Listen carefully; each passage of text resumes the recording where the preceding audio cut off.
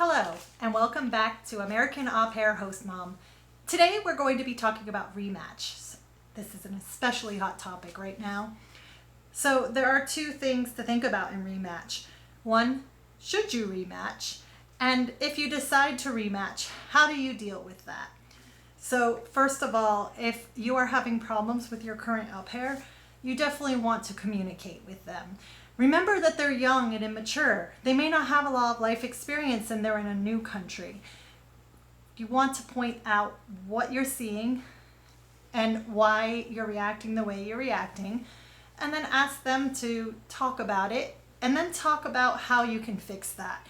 Let them know that you want to work with them. Then give them 2 weeks and see if things get better. The other thing you should do at this point is know the rules of your agency. Most agencies have some kind of rule around from the day that you let your LCC and initiate potential rematch, how long it will take before they let you rematch. This may be anywhere from 4 to 6 weeks.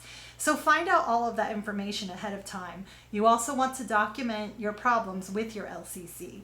You want to go ahead and write an email, let her know that there are some concerns, that you're working through them and what they are.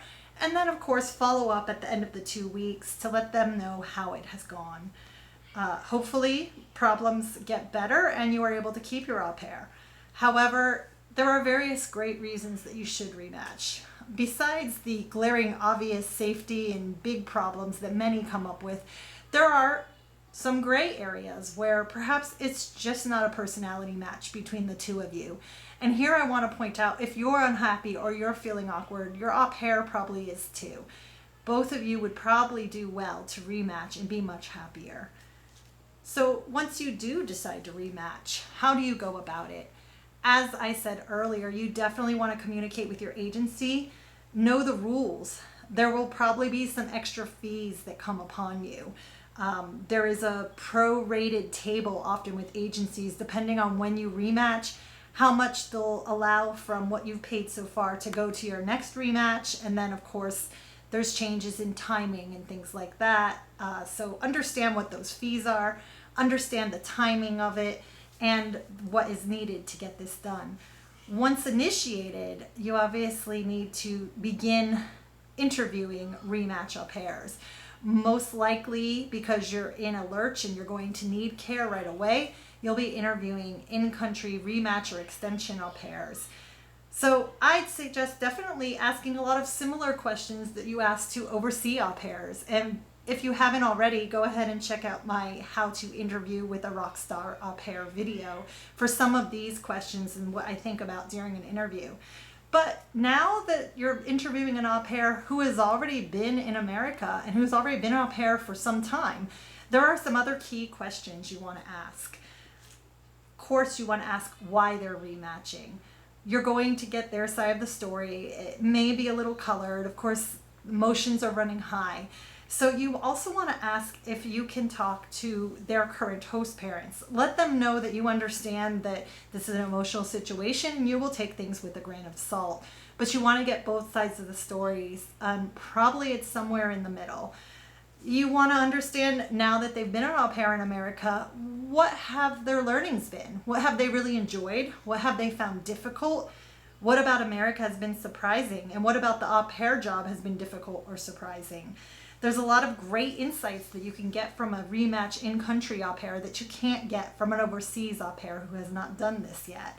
Ask them about their current situation to understand how they'll be comparing you. What is their current host family like? What schedule do they run? Do they have rules, curfews? What kind of benefits and perks are they getting today? And how do they feel about all of these details? And then see if they're willing to share not only host family details, but if there's anybody else that might bring some insight that you can talk to.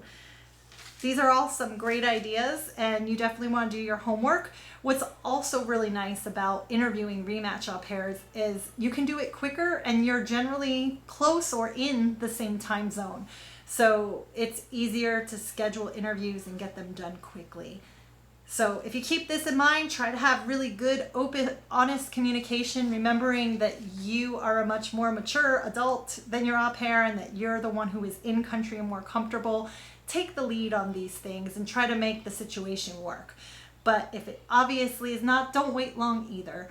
I've heard, and I have not rematched as a disclaimer, but I have heard that within 3 weeks, if something is really rubbing you wrong and it's not getting resolved, it's probably not going to get better. So after you have that, what we call reset conversation, if you don't see improvement, don't be worried. Go ahead and start the rematch process and interview as much as possible.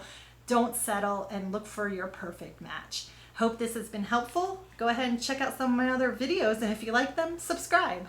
Thank you.